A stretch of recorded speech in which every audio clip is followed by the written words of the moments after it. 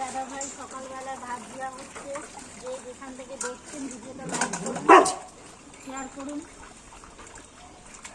দিদি ভাই দাদা ভাই ভিডিওটা লাইক করুন, শেয়ার করুন, কমেন্ট করুন। এই যে সব সকালে ভাত দিয়ে দিচ্ছি। রাত্রি